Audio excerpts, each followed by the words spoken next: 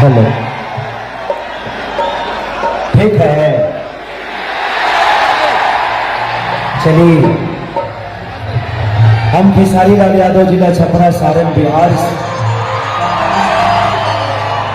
जितने भी हमारी श्रोता,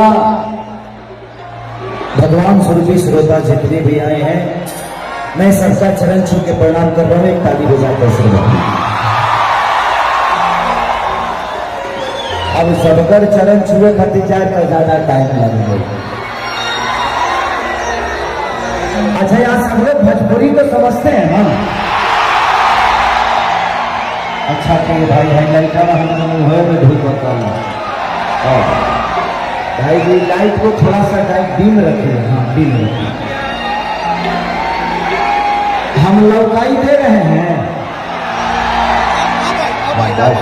क्योंकि आप सब मुझे देख पा रहे हैं, मैं आपको नहीं देख पा रहा हूँ इस लाइट की वजह से।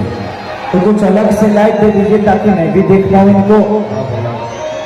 हमारा मोड़िए तो बार बार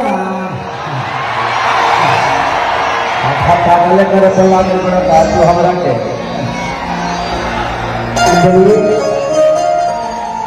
जिला प्रशासन के जितने भी लोग हैं, डीएम साहब से लेकर माननीय मुख्यमंत्री